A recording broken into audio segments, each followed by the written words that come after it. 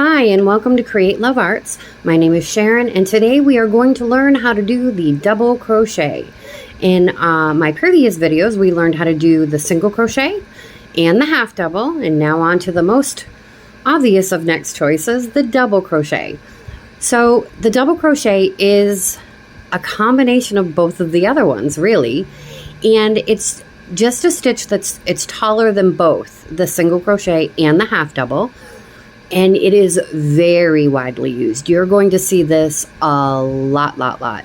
You know those old granny squares that everyone makes blankets out of and clothing, and that is mostly, not all, but mostly double crochet. So it is one of the stitches, all three of these are stitches that you should totally know how to do very simply. These three stitches make up the base of almost all the different stitch types. And so I think this is something that you definitely want to practice a little bit.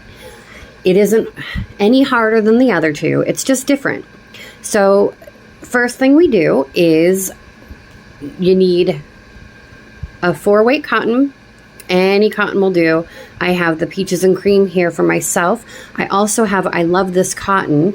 This is a Hobby Lobby brand, which I find is just, it's a brushed cotton. It's much softer. So whenever you're making something, you want to, and you're picking yarn for it, you want to make sure that you're picking yarn that suits what you're making. So if I'm making a dishcloth for dishes, I'm going to want a rougher fiber yarn like this cotton. If I want to make a face cloth to take in the bathroom and wash my face with, I want something with a little more sheen to it like this. These are both 100% cotton. The difference is this one is brushed, so it's not as rough. It feels much better on your skin. It is a little more slippery to work with. I will say that. As a new beginner, it might be a little tricky, but I'm sure you could handle it. It's not any different. You're going to come across a lot of strange fibered, textured yarns, and it's a personal preference whether you want to use them or not. But this is really good for face cloths. So without further ado, we're just going to start with our yarn and our 5mm hook. Again, you match the hook size to the size to what your label on your yarn says. This one is a 5mm hook. You'll also see the knitting needles there, but you're looking at the hook size for crochet. All right, sometimes those match, but sometimes they don't. So you want to leave a 4 to 6 inch tail. Make yourself a slip knot by winding the yarn over your finger, drop it and grab the seam there, or the X. The yarn should be behind there. There we go. Pop your hook inside and grab the both ends and pull it through. And then you just tighten it up, pinky, pointer, pinch, and we're going to make a chain. Now, another thing about double crochet is the chain. I want to do 10 only because you don't need as many. It's a big stitch. So we're going to chain 10 first. 1, 2, 3, 4, 5, 6, 7, 8, 9, and 10. Okay, so we have our 10 chains. We're going to double check it by counting the V's. 1, 2, 3, 4, 5, 6, 7, 8, 9, and 10. Okay, I have all 10. So now, turning chain. A turning chain for double crochet can be either 2 chains extra or 3. When people tell you to use 3 in a pattern, sometimes that 3 chain is going to be your first double crochet. We are not going to do that. It gets tricky at the end of the pattern, but it isn't that bad. It's really not that bad. So just follow your pattern. If it says to chain 3 extra, chain them. It'll tell you exactly where to go into the back of the chain when you turn. So you'll be fine either way. But we're going to chain 2 more for our turning chain. 1, 2. Okay, that's our turning chain right there. So then we're going to flip it over, We are not going to ever put anything into this bump, first bump. And because this is a taller stitch, we're not going to go into the second bump either. We're going to go into that third bump there. Okay? You're going to, it's very similar to half double and single. So first things you're going to do with a double, you're going to chain over. You're going to yarn over. You're going to put your yarn over your hook. Then you're going to go into that 1, 2, third chain into the back bump, push your hook through, and grab the yarn and pull up a loop. You have 1, 2, 3 loops on your hook. Now, when we made a half double, you're going to pull through all 3 of those loops. You are not doing that this time. You're going to yarn over and pull through just 2. And then you'll have 2 more on your hook. And then you're going to yarn over and pull through those 2 to close the stitch.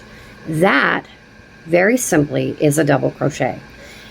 You can see how it's similar to, up here it looks like the single, and you can see the triangle down here from the half double.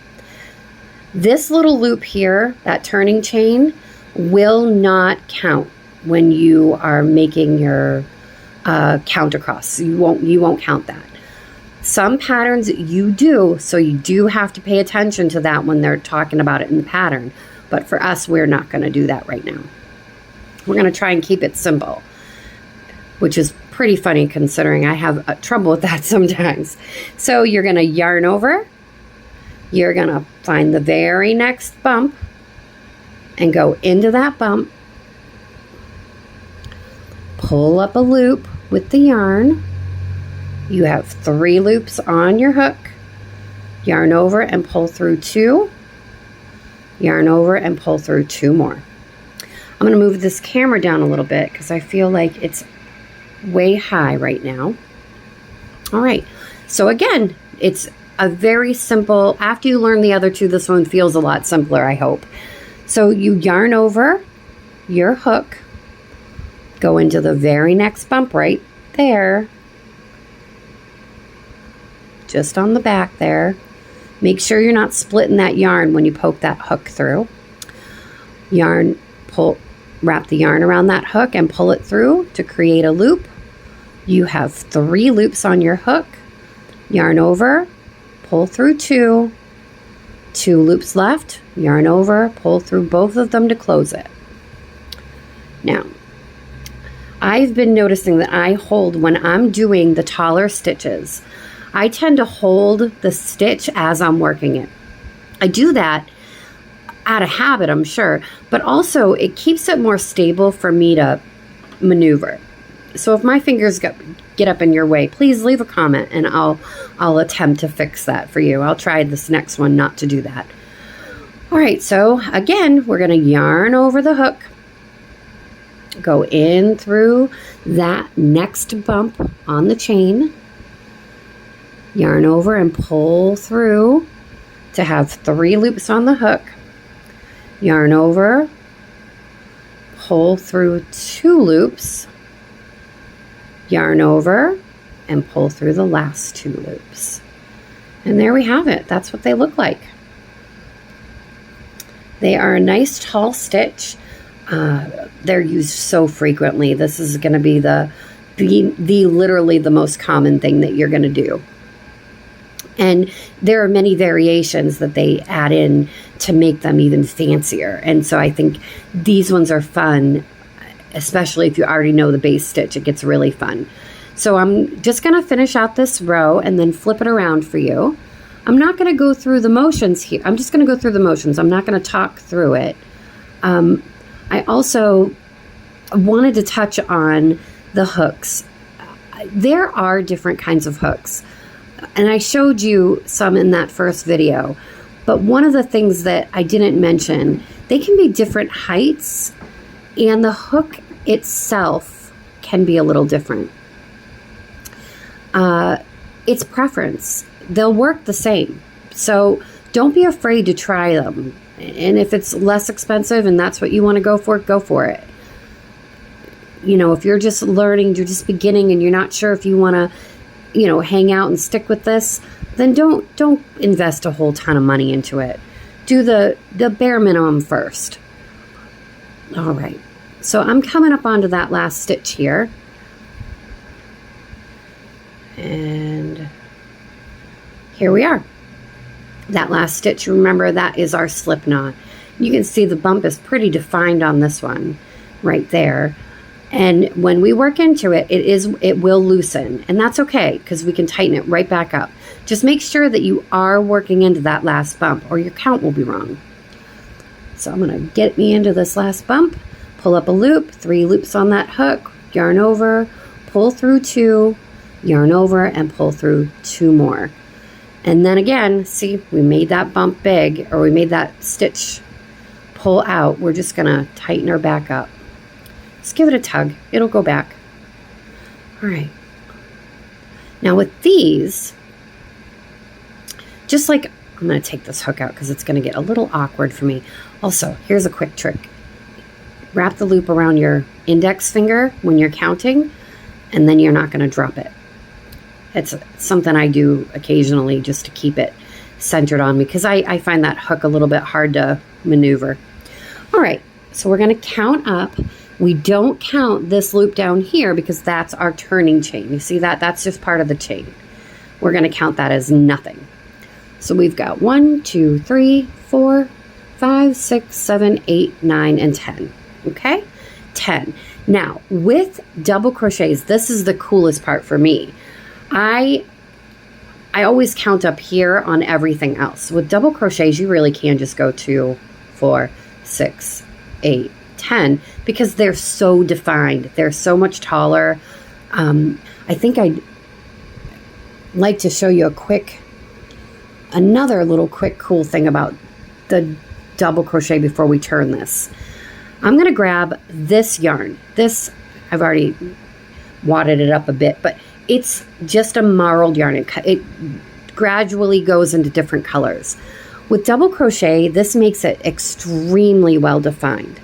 And this stitch is just made, this yarn is made for that stitch. I promise you, it's amazing. What I got, 3 there, 1, 2, 3, 4, 5, 6, and then 2 more. We're just going to do 6. So I'm going to turn my chain. I'm going to go into that 3rd bump on the back. I'm not really teaching here. I want you to see what happens with this kind of yarn. It is a fun yarn to work with if you don't mind it looking artistically messy. I love that. I think it's unique. And I think I said at some point, you got to be careful with this yarn because it doesn't always go well with certain stitches or patterns. And that's the truth. It's very temperamental. But for double crochet projects, I find it's got just enough length of stitch versus length of yarn coloring to make it pop. So here I am at my last one. Got 6 little stitches here. And you'll see what happens. As it goes, it just changes color naturally and gradually. When you're doing flat work like this, instead of in the round, it looks, I'm not sure that I love it that way, because when you turn, it can get a little bit scraggly. But when you do things in the round, like a cup holder, the mug cozies and those types of things, bowl cozies and anything round like this, you can see I use that kind of thread here. These kind of stitches that are taller, they do really well with. So I just wanted to point that out too. And without missing a beat, we'll go on back onto this.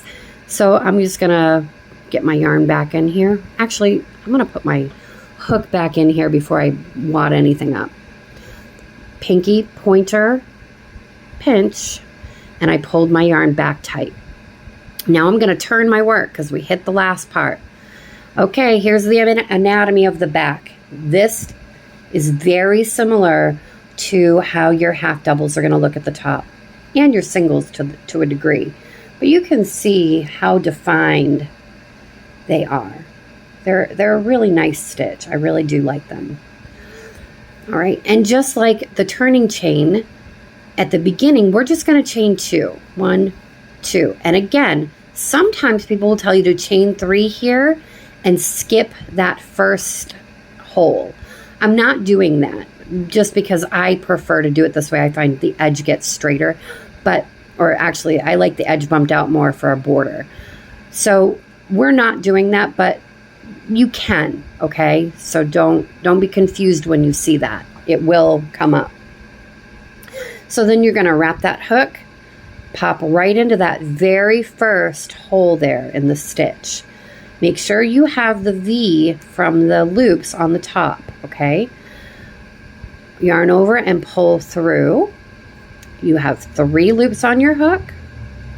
You're going to yarn over and pull through 2 of those loops. And then you'll yarn over and pull through the last 2. And that's it. Yarn over, go in. You can get going really fast on these if you practice them. They're one of the most mindless stitches. This is one of the ones that I can do when I'm watching TV or listening to the kids tell me about the video games or whatever. I find that this is a stitch that I don't have to think too much about. The motion of it just kind of comes to you. So you wrap, you go through, you pull through a loop, 2 loops, 2 loops, and done. I mean, it does take an extra couple of seconds, but like I said, I find them faster anyway.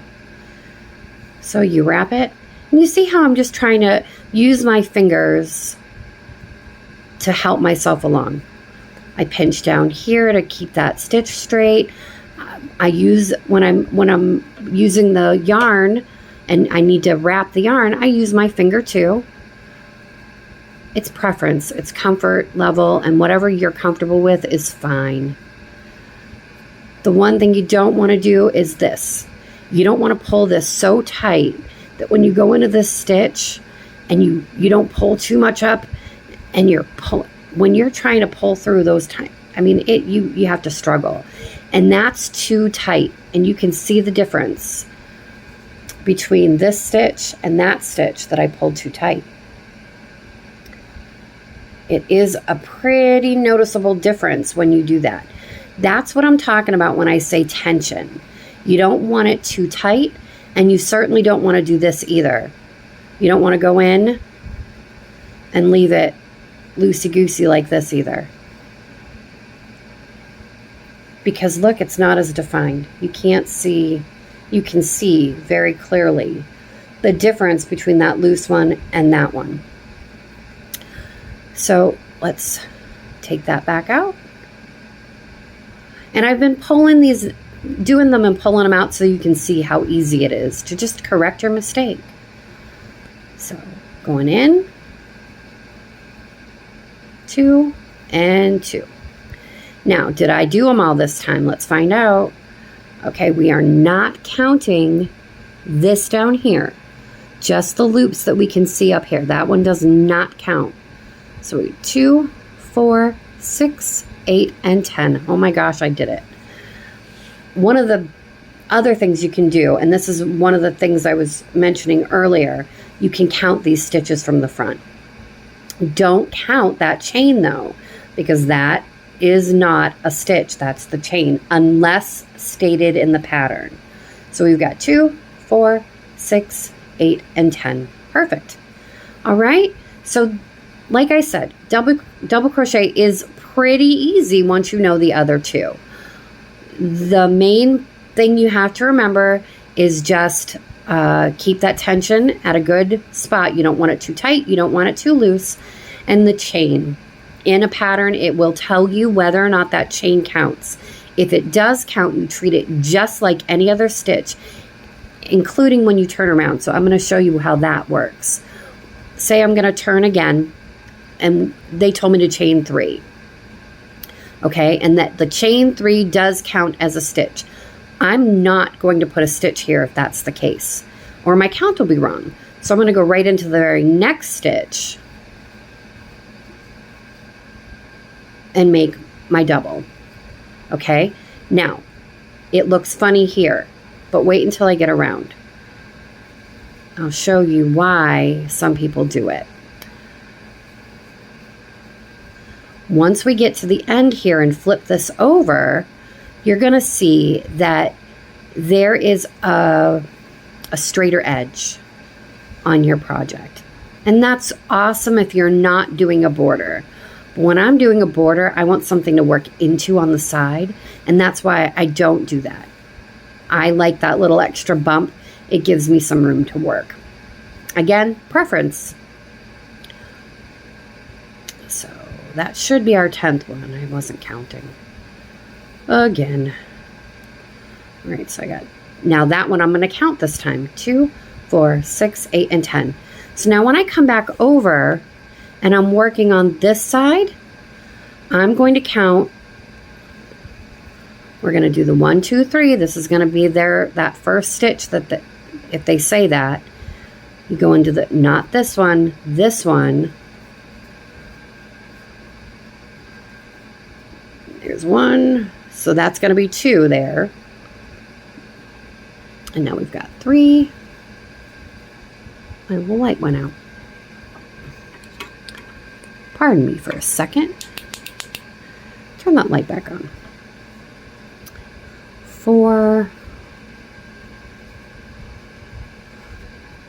5, 6, 7, 8, 9, and here's where it's going to get different. When they tell you to work into the to use the chain as the double crochet, you're going to make 1 more, and you're going to go into the 3rd chain from that bottom. 1, 2, see how it's turned there? You're going to go straight into it and make another double crochet. That's what they're talking about. Okay, so yeah, it looks a little funny here, but as this grows up, you see how that's going to be, this side is going to be straighter. See my bumps? I like those bumps to work into, but you don't have to have them. Okay, so I just wanted to do that. Again, I also don't love these gaps here, but I guess you could work into the gap for the, the border as well. But anyhow, that's it. That's all there is to it. There are your double crochets right here. All the double crochets. All right. Well, I hope you enjoyed this, and I hope that you're working right along with me. My next video is going to be an actual project featuring these 3 stitches. I posted it on my Facebook page, and I hope you will grab yourself a skein of yarn and join me, because it's my very first pattern and that I've ever published. Not my first one that I've ever written, but the first one I've ever published. And it is going to be super fun. I would like to make these little guys. This one's the face cloth, because that's that super soft cotton. And it's a stitch combination called the Suzette stitch, and we are going to learn what that means in our next video. These are all single crochets. Isn't that cool how they look in the middle there? Nice bordering. But in any event, thank you so much for joining me, and I hope that you are enjoying yourself and that you are learning with me. Learn and grow. Thanks, and have a great day.